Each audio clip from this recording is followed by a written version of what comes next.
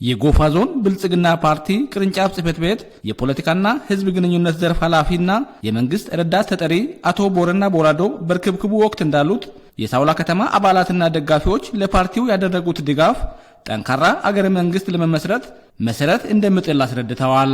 ጠንካራ አገር ለመገንባት ጠንካራ ፓርቲ ያስፈልጋል ብለን በህዝባችን ቅቡልነት ያገኝ ይህን ፓርቲ ለመደገፍ ነው ዛሬ የሳውላ ከተማ ነዋሪዎች ከ14ቱም ቀጠና ተውጣጣችሁ ይሄን ድጋፍ ያደረጋችሁት እንደ ዞን 89 ሚሊዮን ብር አቅደን 188 ሺህ አባላት በእጃችን ያሉ ፓርቲያችንን ማጠናከር አለብን ብለን ከአባላችን ጋር በተግባባነው መሰረት ዛሬ በሳውላ ከተማ ተገኝተን በአይነት የቀረቡ በግምት ከ1 ሚሊዮን በላይ የሚያዋጡ በሬዎችንና ቡልኮ በሴቶች አደረጃጀት የተዘጋጀ ቡልኮ ዛሬ ርክክብ አድርገናል።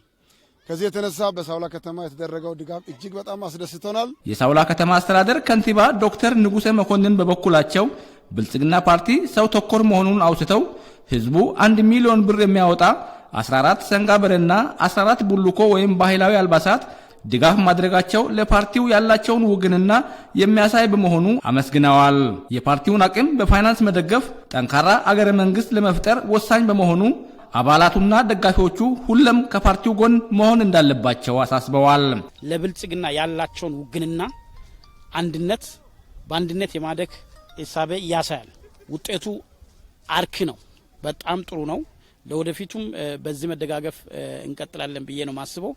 ይህ የሚያሳየን ማህበረሰባችን ከብልጽግና ጋር ከመደመር መንግስት ጋር መሆኑን የሚያሳይ ምልክት ነው ብዬ ነው ማስበው። የሳውላ ከተማ አስተዳደር ብልጽግና ፓርቲ ቅርንጫፍ ጽሕፈት ቤት ኃላፊና የመንግስት ዋና ተጠሪ አቶ ከተማ ከበደ ለፓርቲው በአይነትና በገንዘብ ድጋፍ ያሳዩት መነሳሳት የፓርቲውን ህዝባዊ መሰረት ይበልጥ የሚያጠናክር መሆኑን ገልጸዋል።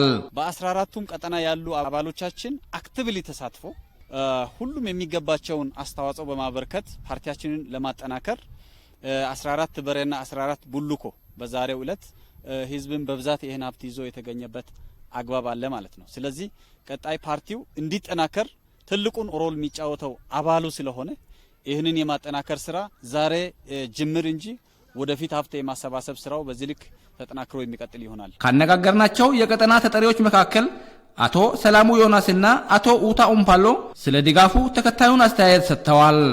ህዝቡ በነቂስ ተሳትፎ ያለውን አዋጥቶ ያው የፓርቲውን ውክልና ለማሳየትና ለልማት ያለውን ፍላጎት ህዝቡ ለማሳየት ያደረገውን ድጋፍ ይዘን ነው የመጣ ነው። እኛም እንደ ቀጠና አንድ በሬና አንድ ቡልኮ ይዘን ነው የቀረብ ነው። ፓርቲያችን ነገ ጥያቄያችንን ይመልሳል፣ እኛን ያሻግራል በሚል እምነት በነቂስ ወጥቶ ሰው እየተረባረበ ያለበት ሁኔታ ነው ያለው። ህዝቡም ራሱ በጣም ከኛ ጋር የኛ ጎን ነው ያለው።